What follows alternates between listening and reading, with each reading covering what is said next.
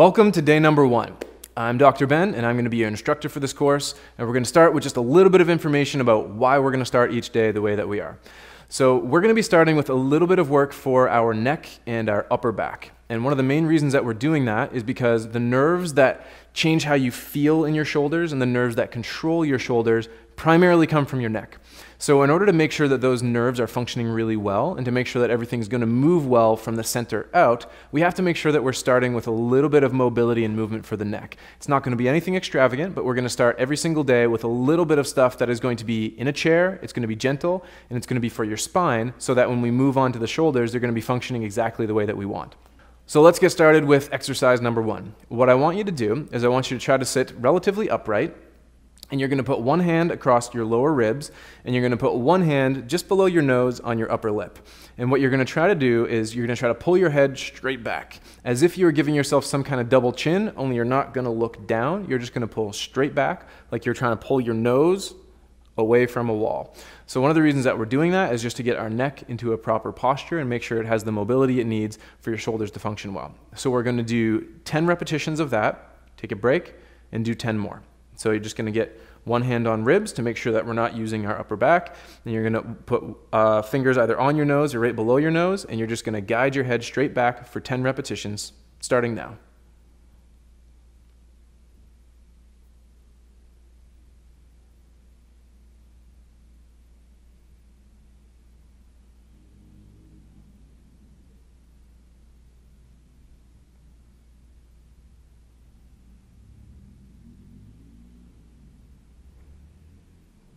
Good.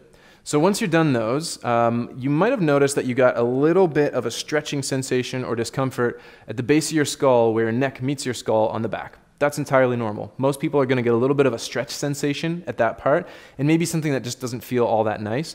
Most of the time as you do this, it will start to wear off. It's not something that we look at as a pathology or some big problem. It's just a little bit of a discomfort that should get better as we go. So we're going to do the same thing one more time. You're going to sit very upright. Get your hands across your lower rib cage here and get your other hand up in front of your face, and you're just going to take your head and you're going to gently push back, hold for a second, and then bring back to the front for 10 more reps, starting now.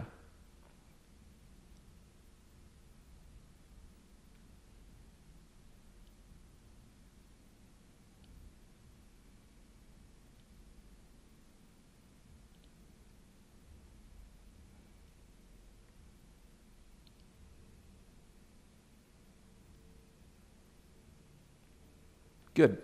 And that's it for the neck for today. One of the things that you might notice as a side effect of this is that it actually will help your neck and it'll help headaches a little bit as well as we move on. So the next exercise that we're going to do is going to be for our rib cage and our upper back. So our rib cage and upper back is what our shoulder blades actually sit on. So our shoulder blades are where our shoulder sockets are oriented. So even though you see someone's shoulder blades from the back, those shoulder blades go around the side and the shoulder sockets themselves are part of your shoulder blade. So in order for your shoulder to move properly, we need to make sure that your upper back and your shoulder blades are also moving freely and really well. So we're going to do what's called a cat-cow, meaning that we're going to stretch like a cat, pushing their back towards the ceiling or behind them. And then we're going to do that. We're like a cow, kind of letting belly sag forward. Only we're going to do it in a seated position. So we're just going to do 10 repetitions of that, take a short break, and do 10 more. So the easiest position to do this in is to scoot forward a little bit in your chair, put hands on your lap, and then you're going to try to get the middle of your sternum and your belly, and you're going to shove them straight forward like that. And your low back or your mid back might feel a little crampy. Then you're going to do the exact opposite. Take your belly and your rib cage, and you're going to shove them straight back as if you were trying to take your low back in the middle of your back and push it backwards towards the back of your chair. So we're going to do 10 slow repetitions of that. Try to make sure that you keep breathing as you do it in order to make sure that you're nice and relaxed and you're getting the full extent of this stretching. So upright, hands on top of your knees, and we're going to start by pushing belly forward, and we're going to do 10 reps back and forth, starting now. So that's one full rep.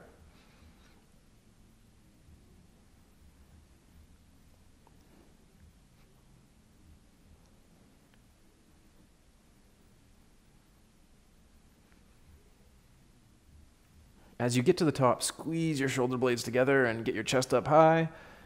And as you push your spine backwards, try to bring your shoulder blades forward and poke your shoulders forward in the air. And then do the exact same the other way. Keep going.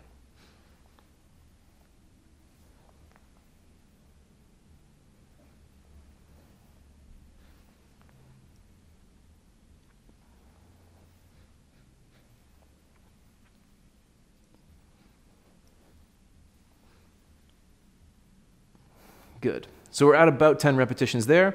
There's nothing magical about the number 10. It's just a nice even round number that we can use as a guide. If you end up doing 8, that's fine. If you're moving a little faster than I am and you end up doing 12, that's fine.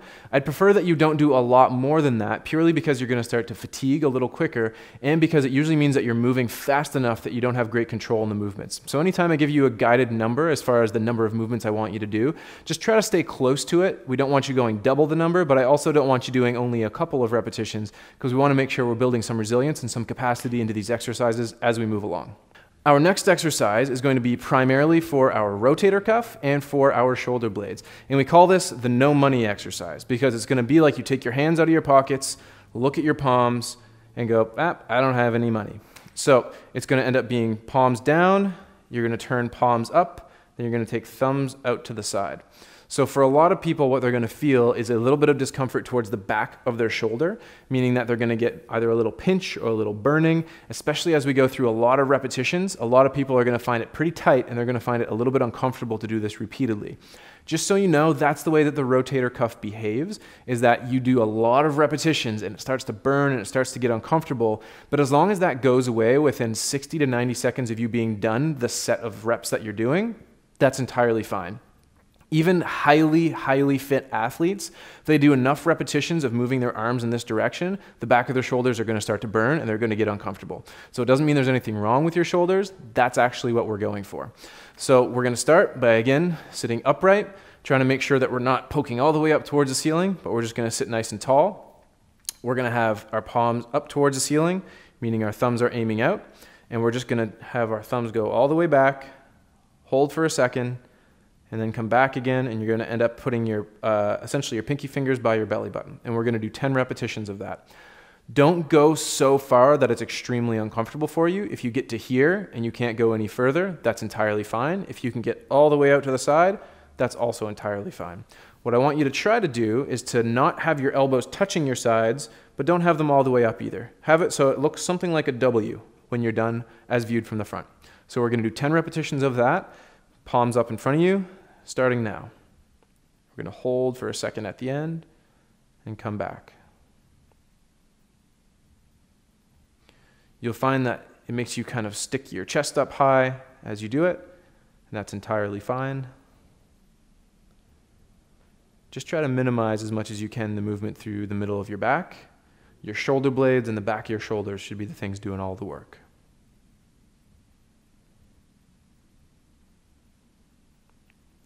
And you can come back in just to here, or you can come all the way in until your knuckles are touching each other and your thumbs are aiming forward.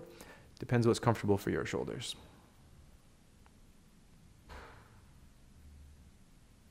We're going to do just 2 more here.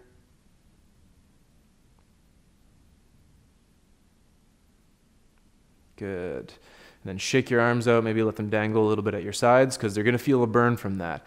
So that's how the rotator cuff functions, is it's going to feel a burn, and it might even feel a little bit crampy for a lot of people. That's entirely normal. So that should wear off after a minute or two if you take a rest.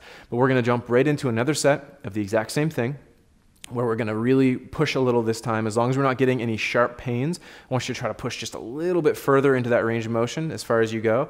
And then every single repetition, we're going to come back in with our palms up, our thumbs forward, and our pinky fingers towards our belly button. So we're going to do 10 more repetitions of that, starting in here right now.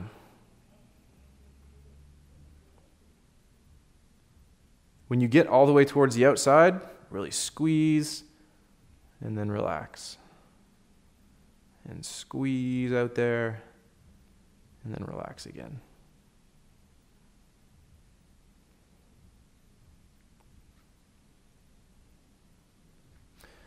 If you find that you're shrugging on every single one of these repetitions where your shoulders are coming up, I'd encourage you to try to stay taller and try to get your shoulders down. You don't have to pull them down as hard as you can. I just want you to make sure that your shoulders aren't coming up far enough that you're getting really close to your ears with them. So try to make sure that you're staying tall the whole time and let your shoulder blades really drop down.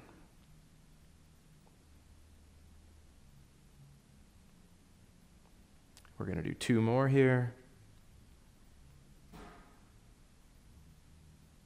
Hold at the end, and then relax. Let your arms shake out as the shoulders are probably getting a little bit fatigued. So now we are going to move to a standing position where we're going to be attaching a band to a wall for our next exercise. For our next exercise, we are going to need a TheraBand. Whether or not it has handles is entirely up to you. Most of the time, most people don't have handles on them. But you are going to need to attach it to something that is at approximately doorknob height or handle height. And you want to make sure whatever you attach it to isn't going to move because we're going to be pulling on it. So you can attach it to the handle of a refrigerator. You can attach it to a door handle or some kind of lever. You just need to make sure that when you pull, it's not going to pull open towards you for your own safety and to just make sure we don't make a mess. So once you have a location where you have a band and it's attached to something somewhere between shoulder height and kind of pelvis height, then we can get started with the next exercise. So once you're in position and you have the band looped around something, you're going to want to take one end of each band with each hand. So you can either grab onto it a flat version like this, or you can just wrap hands around it like this. The position of your hands don't matter that much for this exercise. What matters more is how we pull it. So I want you to make sure, we're going to do a row, and I want you to make sure that when you're pulling and you're opening things up, you're pulling your chest up high. One of the things that we tend to see a lot of, and I've seen over the years a lot in clinical practice, is when people pull, they do this. They poke their shoulders forward. So I want you to make sure that when you're pulling and you're actually bringing your shoulder blades back and your elbows back at the same time. So your shoulder blades and your elbows should go back all in the same direction, not elbows back, shoulders forward, because that'll cause a little bit of discomfort in the front of our shoulders. And if you do enough of it, you'll notice it'll make you sore. So what we're going to do for today is we're going to do 10 rows where we're going to pull and we're going to hold for just a split second, and we're going to make sure that we go slowly as we let it go. So I'm pretty close to this band. So for me, I'm going to have a big range of motion. What I want you to do is hopefully get into a position where you can have your arms completely straight and you can pull them all the way back. That's the ideal range of motion for this. But if the bands don't allow for that, then just use a partial range of motion. So you're going to square up so that your chest and your belly button are facing the attachment point that you've got for the band. You're going to start with arms straight out. You're going to pull elbows and shoulders straight back and then let it relax. So we're going to do 10 repetitions of that with a small hold when we're all the way back and a small hold here. And we're going to start that right now for 10 reps.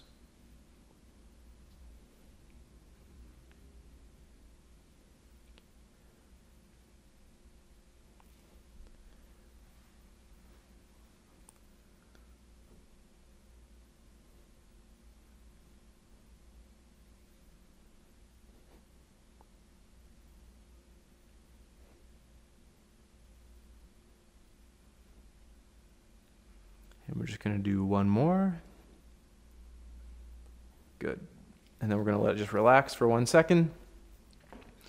What we're hoping to do with this is make sure that we get a good amount of strength in the upper back and in the back of our shoulders. The upper back muscles are really important for controlling where your shoulder blades go and where your chest and your upper back move to. And that's one of the main things that's going to help your shoulders feel really good in the long run, not to mention be a lot stronger and more resilient, is making sure your upper back muscles and the muscles on the back of your shoulders are doing a lot of the work. So after you've taken a short break, I want you to get back into the same position again. You're going to get the bands, get into a position where you can have arms straight forward and pull the whole way back. And this time we're going to do 12 repetitions doing the same thing. We're going to have a short hold at the end and a short hold at the front.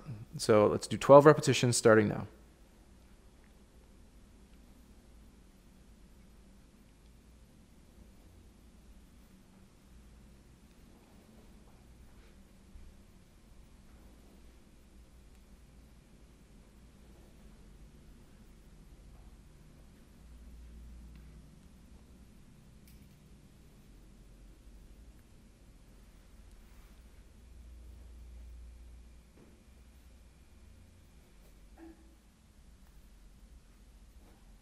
And we're going to do just one more. Good. And then try to let everything relax for a second. So for our next exercise, we're going to need a TheraBand attached in the exact same place, around the exact same height, but you're only going to be pulling on one end of it. So this, for some people, is going to mean that you just have to get a little further away because we're going to be using the full length of a band, or it might mean that you want to change to something that's a little bit easier so that you can actually use both ends of the band and still stay close to it. But either way, you're going to get into position where you're going to have your hand out to the side, and what we're going to do is we're going to keep our elbow where it is, and we're going to pull our hand towards our belly button. So this is going to work a different part of our rotator cuff that you're not going to feel nearly as much as the back of your shoulder when we did a little more of that, but it's still very important because we want to make sure all parts of the rotator cuff are equally strong to keep your shoulder nice and healthy. So you're going to start with your arm either straight forward or a little bit out to the side, depending on what you can for comfort. And then we're just going to pull essentially our knuckles towards our belly button. We're going to hold for a split second, then we're going to let it slowly out and do the same thing again for 10 repetitions, followed by the other side. So let's get into position, make sure we have a little bit of tension on the band, and start with 10 repetitions, knuckles to belly button, starting now.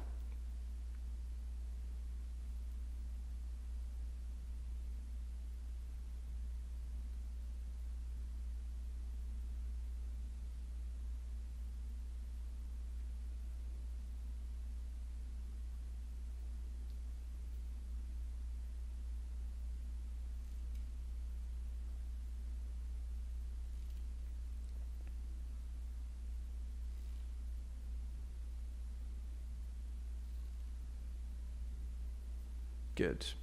So we've got 10 repetitions in on that side. Then all we're going to do is switch directions, and we're going to do the exact same thing, just heading the other way. So we're going to have our hands out a little bit to the side, and we're going to take knuckles, and we're going to put them right on top of our belly button, and let it relax back out to the side again. So we're going to start with 10 repetitions of this, starting now.